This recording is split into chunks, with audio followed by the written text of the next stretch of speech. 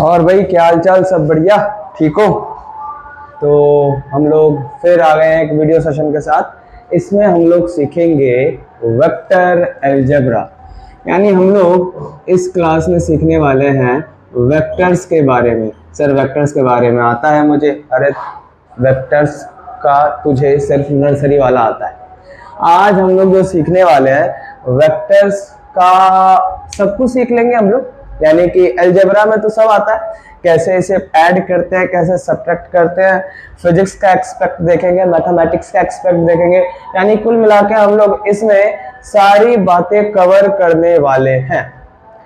अच्छा, कुछ बच्चों को मैं क्लास में करा चुका हूँ वेक्टर्स, तो वो इनिशियल पार्ट छोड़ सकते हैं, यानी कि स्किप कर सकते हैं। लेकिन जो बच्चे पहली बार सीख रहे हैं मेरे से वेक्टर, वो तो प्लीज भाई पूरा दिल और जान से ऐसे बेसिक से उठाएंगे और एडवांस तक लेके जाऊंगा। और मैं आपको ये मैथमेटिक्स की किताब के कुछ क्वेश्चंस भी कराने वाला हूँ। ये देख रहे होगे आप, ये 12th की मैथमेटिक्स है और आप लोग 11th के बच्चे हो और आप 12th की मैथमेटिक्स सॉल्व कर दोगे। क्या बात है, मजा आ जाएगा। अरे बहुत मजा आने वाला है। तो कुल मिला के वेक्टर्स की पढ़ाई हम लोग शुरू करने वाले हैं। अच्छा सर, पहले जो पढ़ेंगे हम लोग, पहले हम लोग बहुत बेसिक यानी कि कुछ टर्म्स जान लेंगे वेक्टर्स के बारे में। यानी कि कुछ छोटी छोटी बातें हैं। आओ जरा वहां से शुरू करते हैं और बिना किसी समय को बर्बाद किए आओ जरा देखें भाई वेक्टर्स। सबसे पहले वेक्टर्स के बारे में एक लाइन लिखना तो बनता है यार। वेक्टर्स क्या होते हैं? तो quantity which have magnitude as well as direction are called, क्या कहते हैं भाई उन्हें? मैं बोल दूं, वेक्टर्स कहते हैं। यानी कि ऐसी क्वांटिटीज जिनके पास मैग्नीट्यूड भी हो और डायरेक्शन भी हो, उसे कहते हैं वेक्टर्स। ये स्केलर से कैसे अलग है? तो देखो स्केलर्स में क्या होता था, सिर्फ ये चीज होती थी ना, मैग्नीट्यूड होता था, सिर्फ डायरेक्शन नहीं होती थी। यानी कि कहने का सेंस ये है कि अगर मैं मान लो एक टेबल है, ये टेबल के 4 पैर, सर हाँ 4 पैर है, बिल्कुल है, वो उधर है, छुपा हुआ है, ये लो डॉटेड से बना दिया, वो उधर की साइड है। कहने का सेंस है इस टेबल पे अगर मैं इस डायरेक्शन में फोर्स लगाऊं 10 न्यूटन की, तो ऑब्वियसली ये किधर मूव करने वाला है? इस डायरेक्शन में करने वाला है कि निकलने वाला है? अच्छा ठीक है, अब इस फोर्स को हटा देते हैं और मैं दूसरी जगह से फोर्स लगाता हूं। मान लो मैंने इस डायरेक्शन में फोर्स लगाई, वो भी कितनी, 10 न्यूटन की लगा रहे हैं, अभी ज्यादा ताकत है नहीं, ठीक है। 10 न्यूटन की फोर्स लगाई तो ऑब्वियसली किधर मूव करने वाला है? इधर मूव करेगा। इधर मूव करेगा, बिल्कुल करेगा।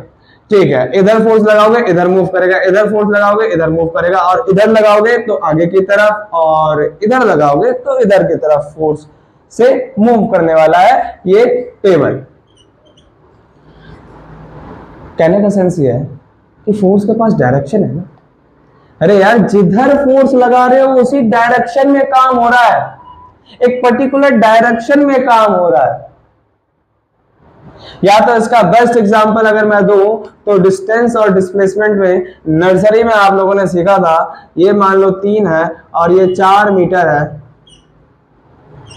तो आपसे डिस्टेंस पूछा जाता था तो आप कहते थे 3 + 4 = 7 मीटर, और यही डिस्प्लेसमेंट पूछ लिया जाता था तो आप ये डायगोनल ड्रॉ करते थे और कहते थे जी ये 90 डिग्री का एंगल है, तो इसका स्क्वायर प्लस इसका स्क्वायर का रूट कर दो तो ये आ जाएगा, यानी कि 5 मीटर आ जाता था। आप कहते थे 5 मीटर इसकी डिस्प्लेसमेंट है। बहुत ही बढ़िया। और यही मान लो यहां पे वापिस आ जाता था तो आप कहते थे डिस्प्लेसमेंट भैया 0 हो गया। क्यों? डायरेक्शन का खेल है। यहां से डायरेक्शन देखो तो आप वहीं पे आ गए हो जहां से आपने शुरू किया था। अब आपने मतलब कंसेप्चुअली डिस्प्लेसमेंट के कंसेप्ट के अनुसार कुछ किया ही नहीं, कुछ किया ही नहीं, बेकार, बर्बाद, ऐसा ये क्या था, मैं नहीं, मेरे शब्द नहीं है भाई। तो कहने का सेंस ये है कि डिस्प्लेसमेंट और डिस्टेंस अलग अलग चीज है। डिस्टेंस आप कहीं पे भी चल लो, बस डिस्टेंस कहता है जी करो तो कैलकुलेट हो जाएगा। लेकिन डिस्प्लेसमेंट क्या कह रहा है, डायरेक्शन भी है उसमें, यानी कि डायरेक्शन भी मैटर करता है। तो ऐसी क्वांटिटीज को हम लोग वेक्टर्स कहते हैं। बात समझ में आ गई होगी। अब अगला है रिप्रेजेंटेशन ऑफ वेक्टर। वेक्टर को कैसे रिप्रेजेंट करते हैं। देखो, जब आप लोगों ने 9th क्लास में पढ़ा था ना डिस्टेंस और डिस्प्लेसमेंट, तो डिस्टेंस का कोई मेरे को सिंबल बताएगा, फटाक से बता दो भाई। जी बिल्कुल, देखो सुन लिया मैंने, अरे आपके दिल की आवाज पहुंच गई। देखो ऐसे। और कोई बच्चा मुझे बता दे कि डिस्प्लेसमेंट को किससे रिप्रेजेंट करते थे। क्या? अरे बिल्कुल ऐसे ही करते थे। सर ये तो गलत है। बिल्कुल, इस गलती को आज सुधारेंगे। ये डिस्टेंस है तो ये सिर्फ एस रहेगा, लेकिन क्योंकि अगर ये डिस्प्लेसमेंट है, ओहो जी बहुत बढ़िया, मजा आ गया था। अब इसको ऐसे रिप्रेजेंट करना है, ये आपको डिफरेंस बताएगा डिस्टेंस और डिस्प्लेसमेंट में क्या डिफरेंस होता है। एक बार लगाना होता है यार, ऊपर एरो लगा दो तो डिस्प्लेसमेंट हो जाएगा, क्योंकि वेलोसिटी का भी होता है और स्पीड का भी होता है, लेकिन उसके ऊपर क्या लगता है, एक arrow, which means it is not speed, it is velocity, and if it not contain any arrow at the top, that means it is speed। इसका मतलब ये स्पीड है। सही है, समझ में आ रहा है भाई। कंसेप्ट को एकदम क्रिस्टल क्लियर करना हम लोगों को, तब जाके आईटी जेई में काम बनता है। समझ रहे हो। चलो रिप्रेजेंटेशन ऑफ वेक्टर समझते हैं। रिप्रेजेंटेशन ऑफ वेक्टर में आप समझ सकते हो कि मान लो मैं एक आधा बार से शो करता है, ये वेलोसिटी हो गया, वेलोसिटी v बार, डिस्प्लेसमेंट s बार। सही है। और एक आधा फोर्स f बार, ऐसा। ठीक है। ऊपर अगर एक ओहो ये क्या उधर लगा दिया, एरो लगा हुआ है ऊपर, तो यानी कि विच मीन्स ये क्या है, वेक्टर क्वांटिटी है। ठीक है, बात समझ में आती है। आगे चलते हैं। ठीक है, अब हम लोग बारी बारी टाइप्स ऑफ वेक्टर्स की बात कर लेते हैं। टाइप्स ऑफ वेक्टर में अपने यूनिट वेक्टर आएंगे, नेगेटिव वेक्टर आएंगे, पैरेलल वेक्टर आएंगे, बहुत सारे वेक्टर। ठीक है, कोप्लेनर, प्लेनर वगैरह वगैरह। खैर हम लोग उससे पहले आपको एक बात बता दूं मैं आपको कि कार्टेशियन में आप लोगों ने देखा होगा, कार्टेशियन किसी को याद है? कार्टेशियन प्लेन किसे कहते हैं? ये अरे अपना ग्राफ पेपर यार, इतना क्यों घबराने लग जाते हो। एक्स वाई जेड, 3 एक्सिस होते थे। मान लो कोई पॉइंट यहाँ पे है, किसी का कोऑर्डिनेट यहाँ पे क्या लिखा हुआ है, ये y में 2 पे है, ये पॉइंट A है, और x में अपना -3 इस साइड है ना, और z में ये अपना आ गया है, ये z में भी 3 है, ऐसा कुछ है। तो इसको वेक्टर की फॉर्म में कैसे रिप्रेजेंट करेंगे? तो वेक्टर की फॉर्म में, वेक्टर को फॉर्म को रिप्रेजेंट कैसे करते हैं मैं डायरेक्ट आपको बता देता हूं कि मान लो किसी वेक्टर को उसके कोऑर्डिनेट पॉइंट से रिप्रेजेंट करना है, तो कैसे करेंगे? तो x i cap plus y j cap plus z k cap होता है। वेयर x y z क्या है भाई? x y z क्या है? कोऑर्डिनेट पॉइंट्स, ये सब है, ये x है, y है, ये z। अबे ये तो पता होगा, पहला वाला x होता है, दूसरा y, तीसरा z। ठीक है सर, चलो भाई ठीक है। तो अगर मैं इस मान लो ये कोई p वेक्टर था, तो ऐसे रिप्रेजेंट करता है। मान लो मैं यहाँ पे a वेक्टर रिप्रेजेंट करना चाहता हूँ, तो क्या हो जाएगा भाई? a वेक्टर हो जाएगा 2 i cap minus 3 j cap plus 3 k cap. सही है, बोलो भाई। तो यानी कि x वाले को आई से कैप लगाना बहुत जरूरी है भाई, टोपी पहनाना बहुत जरूरी होता है जीवन में। तो टोपी पहनाना, नंबर कट जाएंगे, मेरे को मत बोलना भाई सर, ठीक है। तो आई कैप है, ठीक है, जे कैप है, के कैप है, ठीक है। आगे बढ़ते हैं भाई, मान लो यहाँ पे एक बी पॉइंट है, बी पॉइंट के कोऑर्डिनेट्स क्या है भाई, कोऑर्डिनेट्स हैं 2,3, अपना z में कितना आ गया भाई, बाहर z में आ गया ये, मान लो 1 आ गया, ठीक है, इतना क्या टाइम, 2 3 1 ऐसे हो गया, ठीक है। तो बी वेक्टर को कैसे रिप्रेजेंट करोगे भाई, जल्दी से बता दो। 2 आई कैप प्लस 3 जे कैप माइनस नहीं प्लस 1 के कैप। अब 1 को रिप्रेजेंट नहीं करना है तो हटा, प्लस के कैप, ठीक है, सही है। अरे बोलो लाशो, ठीक है, ठीक है सर, आगे बढ़ते हैं, आओ भाई। तो आगे, अब आगे हम लोग पढ़ सकते हैं, क्या पढ़ेंगे, सबसे पहले पढ़ लेते हैं मैग्नीट्यूड ऑफ वेक्टर। वेक्टर का मैग्नीट्यूड कैसे निकालेंगे, वैल्यू कैसे निकालेंगे। तो देखो, किसी वेक्टर का मॉडुलस ऑफ या मॉड ऑफ वेक्टर रिप्रेजेंट करता है मैग्नीट्यूड को।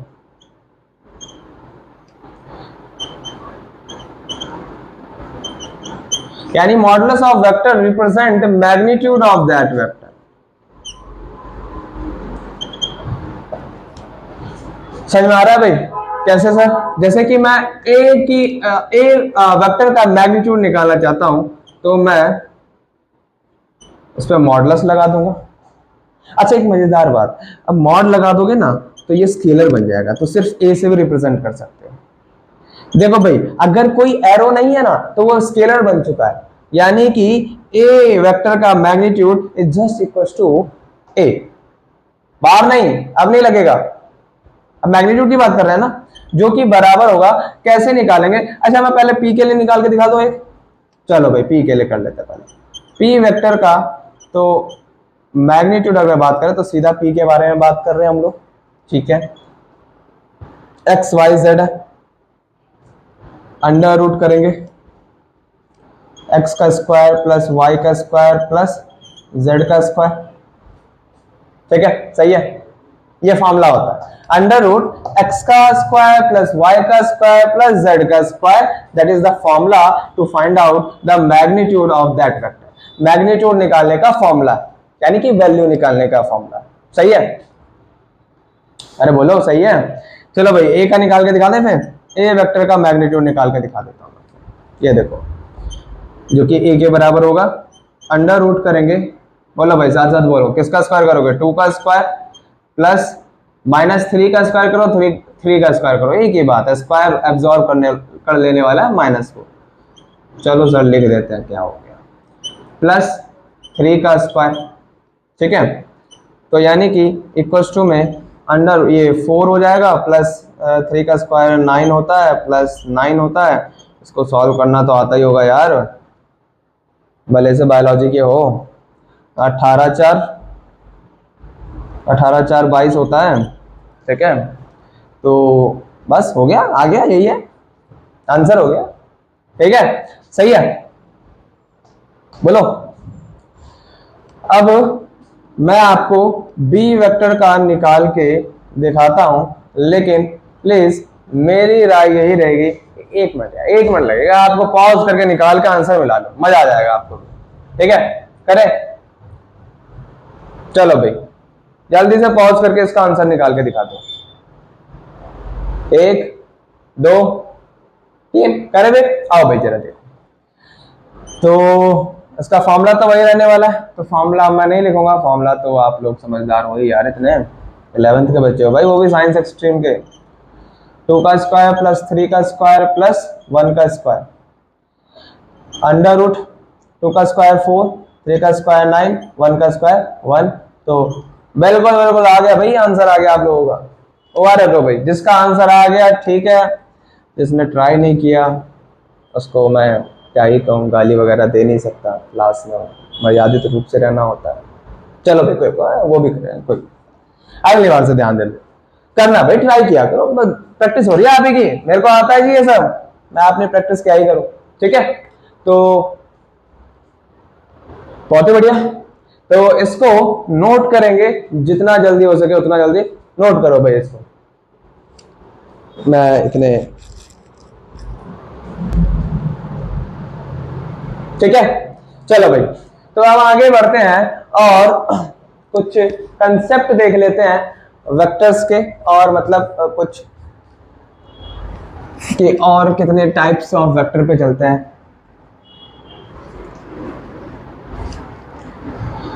तो आज की क्लास हो सकता है बेसिक रहे, मेरे को वेक्टर पे 2 वीडियो रिकॉर्ड करना पड़े यार, पता है दिक्कत क्या है, 2 वीडियो रिकॉर्ड, अब देखो ज्यादा लेंदी वीडियो हो जाएगी तो आपको देखने में परेशानी आएगी ना, मौतें आने लग जाती है बड़ी जल्दी आप लोगों को, अरे सर 1.5 घंटा कौन देखेगा, बड़े बिजी आदमी हो आप लोग, तो इसीलिए कोशिश करेंगे 2 स्लॉट में कर दें इस वीडियो को। वैसे ज्यादा बड़ी चीज नहीं है, लेकिन फिर भी देखते हैं क्या होता है भाई। चलो भाई, तो आगे बढ़ते हैं, और एक मिनट, माइक काम कर रहा है कि नहीं कर रहा? हाँ चलो भाई, चालू तो है, ठीक है भाई। तो आओ जरा आगे बात करें और निकालें, कंसेप्ट है भाई यूनिट वेक्टर का, बहुत ही आसान कंसेप्ट है, आओ जरा सीख लें यूनिट वेक्टर। अच्छा, यूनिट वेक्टर को रिप्रेजेंट कैसे करते हैं? एन कैप से, ठीक है, एन कैप से कर लो, ऊपर कैप लगा दो तो वो यूनिट वेक्टर बन जाता है, ठीक है, किसी के भी ए कैप लगा दो तो यूनिट वेक्टर, बी कैप यानी बी का यूनिट वेक्टर पूछ रहे हैं आपसे, आर कैप तो आर का यूनिट वेक्टर पूछ रहे हैं, समझ गए? तो कहने का सेंस ये है कि यूनिट वेक्टर का सिंबल होता है ये एन कैप, रहने देते हैं, बात तो समझ में आ ही गई होगी यार आप लोगों के। अच्छा जी, आगे यूनिट वेक्टर का कंसेप्ट है ये, तो आओ जरा देखें क्या है यूनिट वेक्टर। यूनिट वेक्टर को समझने के लिए मेरा एक साधारण सा सवाल है आप लोगों से, जो कि बहुत साधारण है, कि अगर मैं किसी चीज को उसी के मैग्नीट्यूड से डिवाइड कर दूं तो बताना जरा क्या आएगा मेरे को? हाँ बिल्कुल वही, यही तो मैं कह रहा हूं, वही आएगा, 1 आएगा। यूनिट वेक्टर का मतलब क्या है? जिसका मैग्नीट्यूड 1 के बराबर रहे। आओ जरा इसको पहले लिख लें, वेक्टर बहुत शॉर्ट में लिखेंगे, vector having magnitude equal to 1, vector having magnitude equal to 1। अच्छा अब बताओ, इसका फॉर्मूला भी है, मैं फॉर्मूले पे नहीं जा रहा, मैं आपसे सीधा कंसेप्ट, यानी कि अगर मैं 3 को 3 से डिवाइड कर दूं तो 1 आ जाएगा, 2 को 2 ही से डिवाइड कर दूं तो 1 आ जाएगा। तो किसी वेक्टर को उसी के मैग्नीट्यूड से डिवाइड कर दो तो क्या आ जाएगा? 1 ही तो आ जाएगा यार, बोलो भाई बोलो, वो वेक्टर है और मैग्नीट्यूड क्या होता है उसका, उसकी वैल्यू होती है, तो उसकी वैल्यू को उसी से डिवाइड कर दो, यूनिट वेक्टर, अरे यही है जिसे ढूंढ रहे हो, यूनिट वेक्टर मिल जाएगा। आओ जरा देखिए, अगर बात समझ में आ गई तो आगे बढ़ते हैं।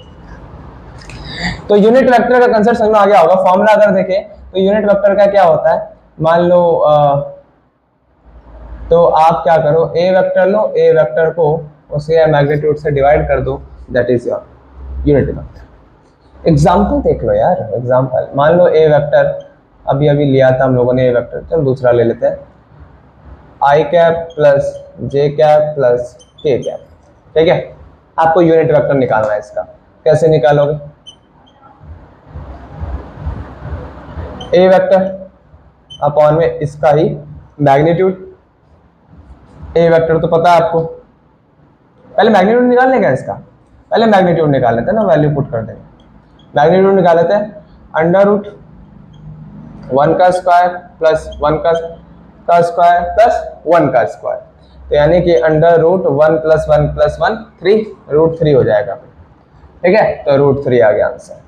अब हम लोग ए कैप निकाले यानी कि यूनिट वेक्टर निकाल लेते हैं, तो ए वेक्टर अपॉन में उसी वेक्टर का मैग्नीट्यूड, तो यानी कि ए वेक्टर क्या है, आई कैप प्लस जे कैप प्लस के कैप और इसका मैग्नीट्यूड है √3। फिजिक्स में काम खत्म हो गया। मैथमेटिक्स में देखो कैसे आंसर लिखेंगे, ऐसे नहीं छोड़ना, पीछे मैच नहीं होगा, ऐसे ही मैच होगा।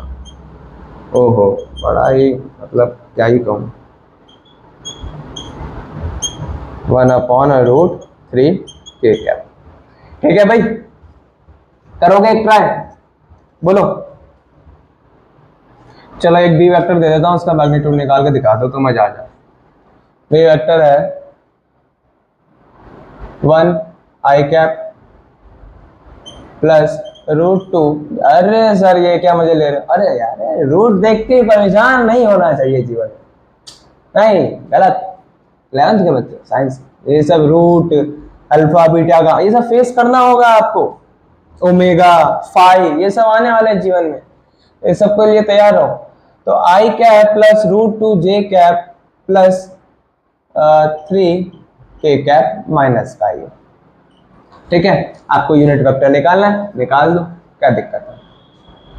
आओ जरा देखें, मैं तो कहूँगा ट्राई करो भाई, एक बार करो करो ट्राई करो। ठीक है, करो जल्दी ट्राई करो। हाँ भाई फिर निकाले, अब यूनिट वेक्टर निकालना है। यूनिट वेक्टर के लिए पहले मैग्नीट्यूड निकालना पड़ेगा, तो आओ जरा मैग्नीट्यूड निकालें। 1 का स्क्वायर प्लस √2 का स्क्वायर प्लस 3 का स्क्वायर माइनस 3 का, चलो एक ही बात है यार। 1 प्लस 2 प्लस 9 यानी कि कितना हो गया भाई, 12 हो गया, √12 हो गया, मैं बोलो। तो इसको 2√3 नहीं लिख सकते हैं क्या, बोलो 2√3 लिख सकते हैं ना। अरे यार इसको 4 × 3 लिख सकते हैं, 12, तो 4 का रूट क्या होता है, 2 ही तो होता है, 2√3 तो आ गया। ठीक है, चलो भाई अब हमें बी वेक्टर यूनिट वेक्टर निकालना है। ये समय टाइम क्यों ले रहे हैं क्वेश्चंस में, क्योंकि यार ये ही सब मेन है, आगे तो थ्योरी पार्ट है, आगे थ्योरी है कि अपना यूनिट वेक्टर जैसे मैंने समझा दिया। अब मैं आपको जीरो वेक्टर समझाऊंगा, समझ गए, फिर पैरेलल वेक्टर, प्लेनर, कोलिनियर, तो वही मैं कह रहा हूँ यही मेन है, ये सब यूनिट वेक्टर निकालने का ही कंसेप्ट मेन है, बाद बाकी तो थ्योरी पार्ट है, वो याद करने वाली चीज है। चलो बी वेक्टर का मैग्नीट्यूड डिवाइड कर दो। बी वेक्टर है कितना भी, आई कैप प्लस √2 जे कैप माइनस 3 के कैप डिवाइड बाय 2√3। मैंने फिर कहा मैथमेटिक्स में ऐसे नहीं छोड़ सकते, तो 1/2 √3 आई कैप प्लस √3 सॉरी 1/√6 कर दें क्या, कैसे सर, आओ जरा देख लो भाई। √2/2 √3 है, तो रूट नीचे चला जाएगा ना, अरे 2 को √2 × √2 लिख सकते हैं। एक स्टेप और दिखा देता हूँ यार, परेशान मत हो बस आप लोगों की परेशानी नहीं देखी जाएगी मेरे से। अच्छा 3/2 √3 ये के हो गया, एक के कैप हो गया। अब देखो अब इसको मैं 2 को मैं √2 × √2 लिख सकता हूँ, है ना, नहीं लिख सकते क्या, √2 × √2 2 ही तो आ जाएगा। अब एक √2 से एक √2 कैंसिल आउट हो गया, और √2 × √3 √6 हो गया, यही तो मैं कह रहा था। आई कैप प्लस 1/√6 जे, ये सिर्फ आंसर मिलाने के लिए है, कंसेप्ट आप सीख गए हो, ये रहा कंसेप्ट, हो गया आपका वेक्टर यूनिट वेक्टर का कंसेप्ट क्लियर हो चुका है, आंसर मिलाने के लिए बात चल रही है। अब इसको भी फिर सर रूट ऊपर कर देते हैं, √3/2 कर देते हैं के कैप, सही है, ये है आपका आंसर। ठीक है भाई, तो ये है आपका खेल अब तक का, समझ आ गया होगा, यूनिट वेक्टर तो निकालना सीख गए होगे यार मेरे ख्याल से, सही है। तो करो भाई, इसे नोट करो, जल्दी नोट करो, एक बार मैं देखूं लेंथ कितनी हो गई वीडियो की।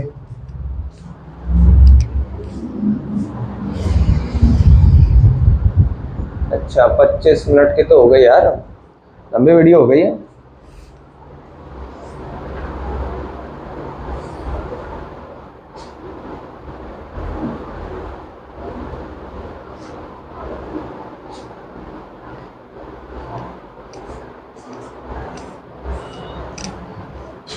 चलो भाई ठीक है, नोट हो गया। तो आओ जरा आगे की बात कर लें। अब कुछ वेक्टर्स के बारे में जानना है कि अपना जीरो वेक्टर क्या होता है, को इनिशियल वेक्टर्स क्या होता है, आओ जरा देख लें।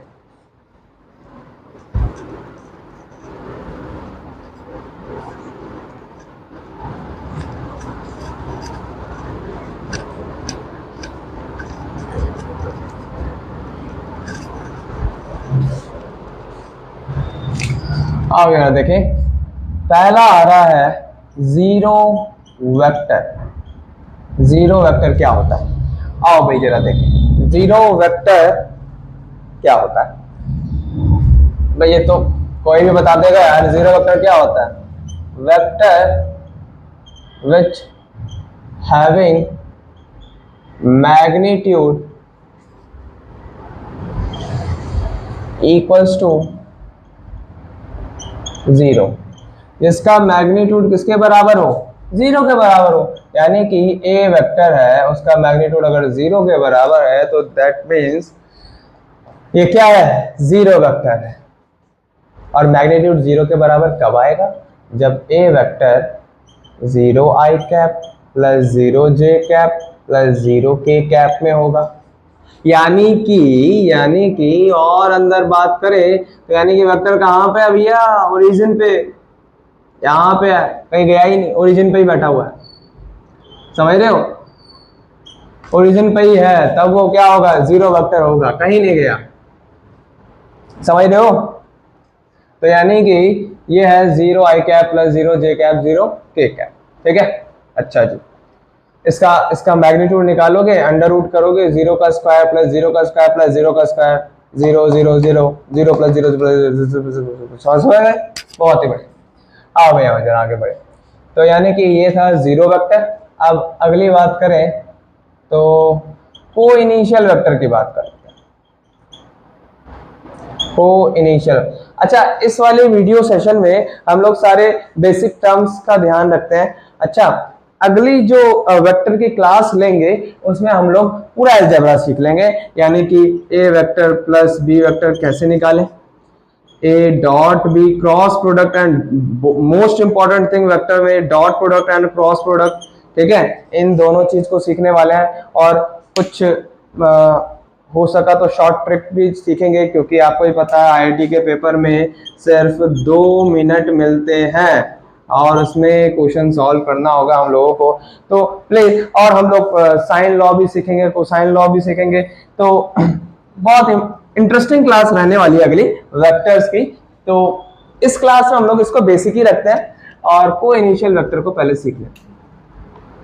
को इनिशियल वेक्टर यानी कि क्या, coinitial vector when two vector starts from same origin are called coinitial vector. यानी कि जब दो वेक्टर का इनिशियल पॉइंट सेम हो, यानी कि मान लो ये एक ओ पॉइंट है, यहां से निकला ए वेक्टर, नहीं नहीं नहीं ओ ए वेक्टर, और इसी ओ से निकला बी वेक्टर, नहीं ओ बी वेक्टर, पूरा नाम इसका क्या होगा, ओ बी वेक्टर, इसका नाम क्या होगा, ओ ए वेक्टर। समझ रहे हो, ओ बी वेक्टर ओ ए वेक्टर, तो दोनों क्या होंगे, को इनिशियल वेक्टर। समझ रहे हो, मैथमेटिक्स का एक क्वेश्चन भी डालने वाला हूं आज की क्लास में, तो जरा ध्यान रखना। तो ये जो है आपका ओ बी ओ ए, ये सब को इनिशियल वेक्टर कहलाएंगे। को इनिशियल वेक्टर समझ में आया। अच्छा इसका एग्जांपल दें डेली लाइफ में, तो यानी कि एक्सप्लोजन ऑफ बॉम्ब, यानी कि जब एक बॉम्ब फटता है तो एक ये मान लो कि अपना भाई ये रावण बम कहते हैं, क्या कहते हैं, हाइड्रो बम को, जो भी कहते हैं, हाइड्रो बम जो है उसको जब ये धमाका होगा इसके अंदर, तो इसके अंदर सारे के सारे पार्टिकल यहीं से निकलेंगे, सबका ओरिजिन पॉइंट सेम होगा, बस सारे यहीं से निकलेंगे, या कोई दूसरे बम से भी निकल जाएगा, नहीं नहीं नहीं, यहीं से निकलेंगे सब। और इसीलिए जितने भी पार्टिकल्स हैं यहाँ पे जो निकलेंगे वो क्या करेंगे, वो सारे क्या कहलाएंगे, को इनिशियल वेक्टर्स। समझ आता है खेल? हाँ सर, बहुत ही बढ़िया, मजा आ गया। चलो भाई इसको एग्जांपल में आप लोग डाल देंगे, चलो मैं लिख देता हूं, आप लोग क्या करोगे, देखो इधर देखो, for example explosion of bomb, ठीक है। तो ये सब खेल है भाई। When two vectors start from same origin are called co-initial vector। अब हम लोग बात कर लेते हैं कोप्लेनर की,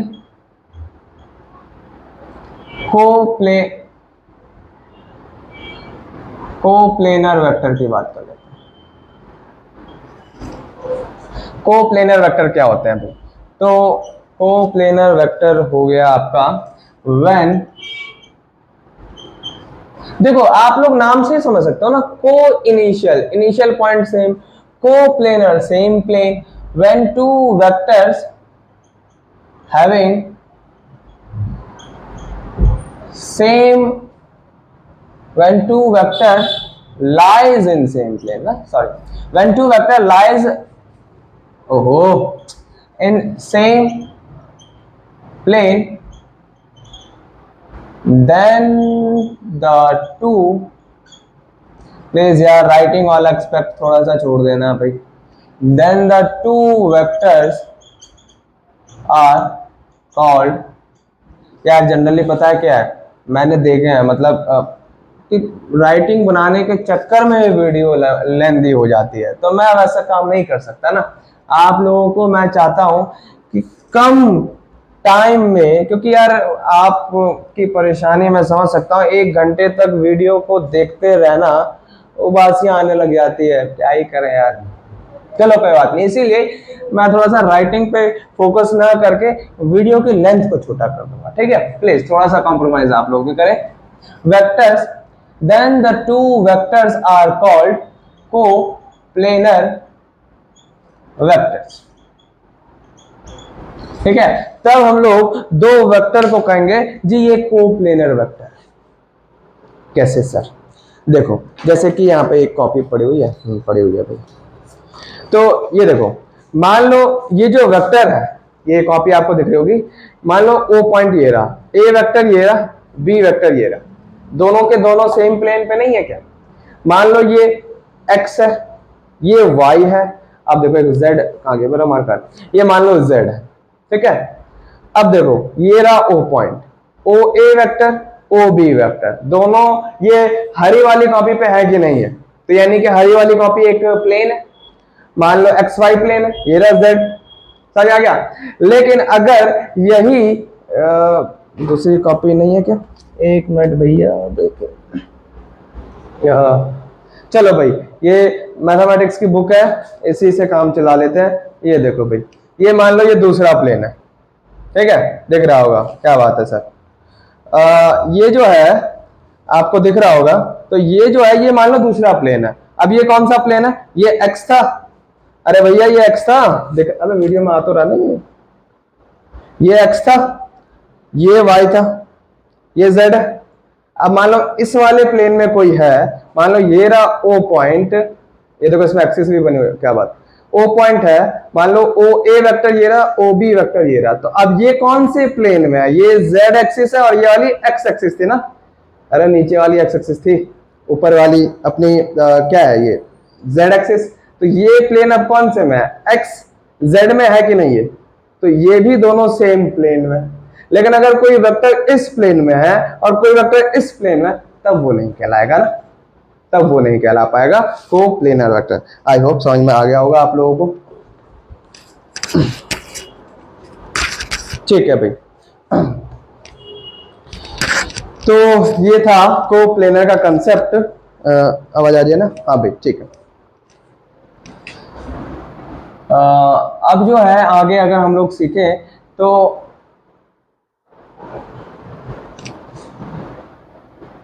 कोलिनियर वेक्टर देख लीजिए। कोलिनियर वेक्टर, कोलिनियर वेक्टर की बात करें तो कोलिनियर वेक्टर देख लेते हैं भाई एक बारी। कोलिनियर वेक्टर क्या होता है? कोलिनियर वेक्टर को आप ऐसे समझ सकते हो, मैं आपको एग्जांपल से समझाता हूं। पहले देखो, मान लो एक वेक्टर ये है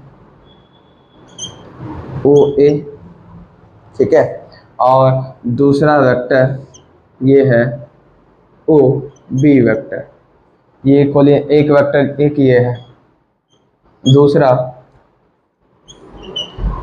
ओ बी वेक्टर एक ये रहा, चलो सी नाम दे देते हैं, ओ सी वेक्टर ये रहा, और एक जो है वो ओ डी वेक्टर है, ये है।